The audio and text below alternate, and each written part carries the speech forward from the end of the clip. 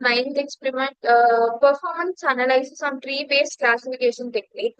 So question one, display the top 10 rows of the data set. So in this code, we first import the pandas and NumPy libraries here. This is for data handlings and the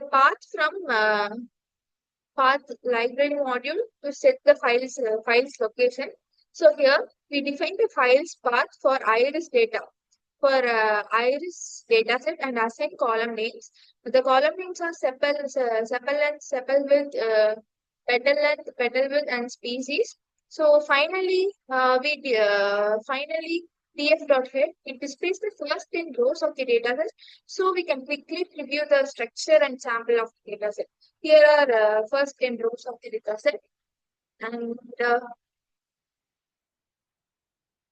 second question.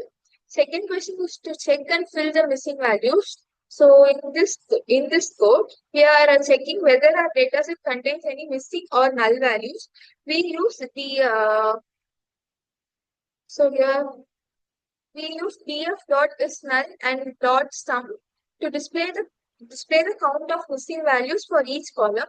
If any numeric columns have missing data, we replace those values with the mean of that column using fill now.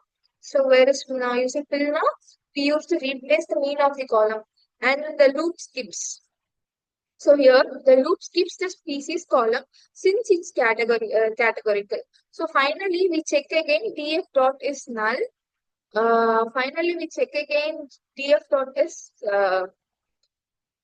null dot sum to confirm that all missing values have been filled successfully. So here before filling null values and this is after filling null values.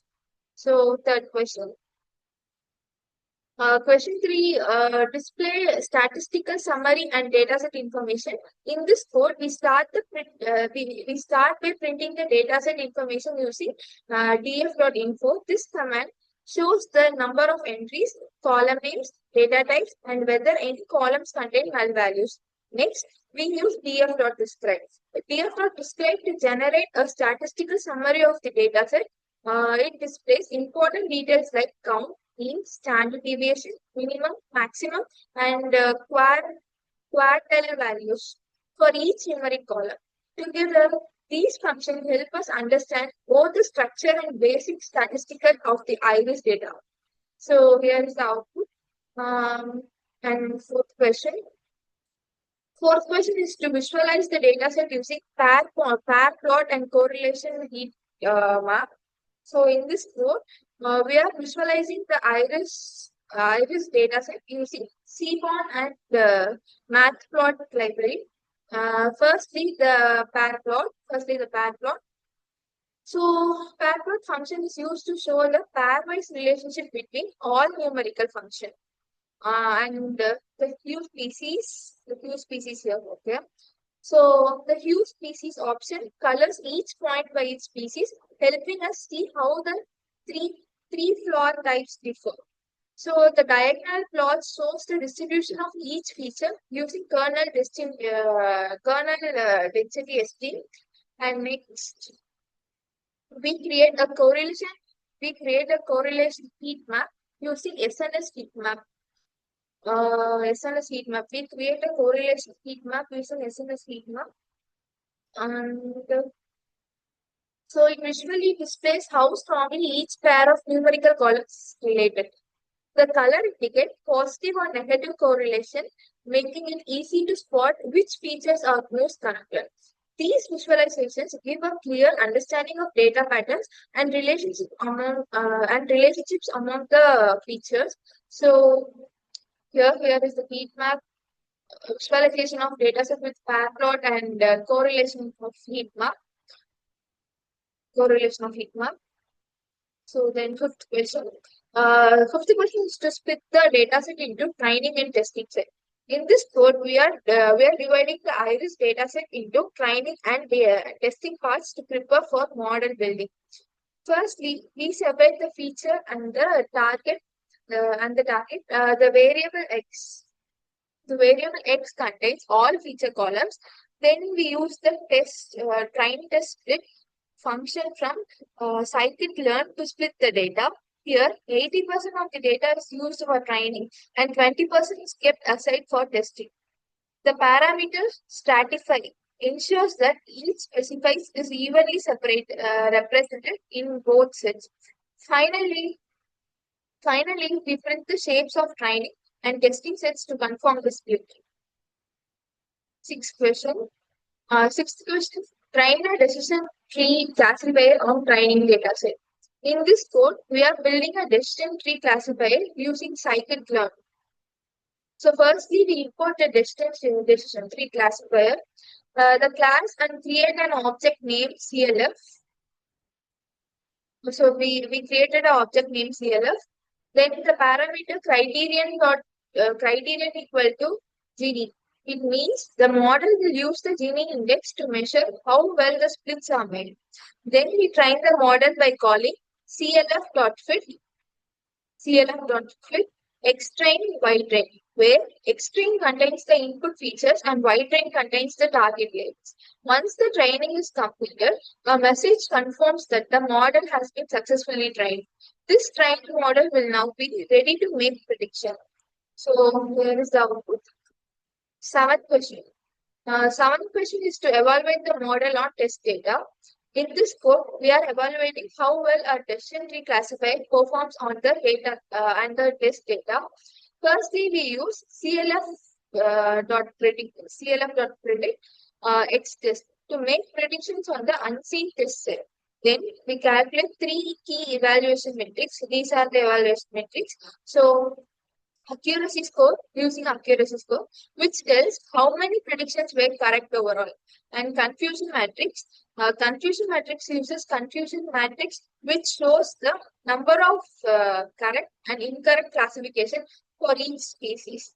And classification report using classification report, which includes precision, recall, and F1 score for each class. Finally, the results are printed. So showing the accuracy percentage along with the confusion matrix and detailed report, helping us understand the model's performance clearly. Here is the output. This is confusion matrix, accuracy. Eighth question. Eighth question is to visualize the trained decision tree. In this code, we are creating a visual representation of decision tree model we trained earlier. We input tree model from scikit-learn and use the plot tree function to draw the tree function. Here is the plot tree function. The function displays each decision node, feature name, and the class labels at the leaves. The filled equal to true. Filled equal to true option colors each node based on the predicted class, and rounded equal to true makes the diagram more readable. Finally, we add a title and show the plot. So title, show plot. So finally, this visualization helps us clearly understand how the decision tree makes its decision and splits the data at each step. Here is the decision tree. Ninth question. Compare model performance with another classifier, random forest. In this code, we are comparing our decision tree classifier with another powerful model, the random forest classifier. We import random forest classifier from scikit-learn and create an instance named RF.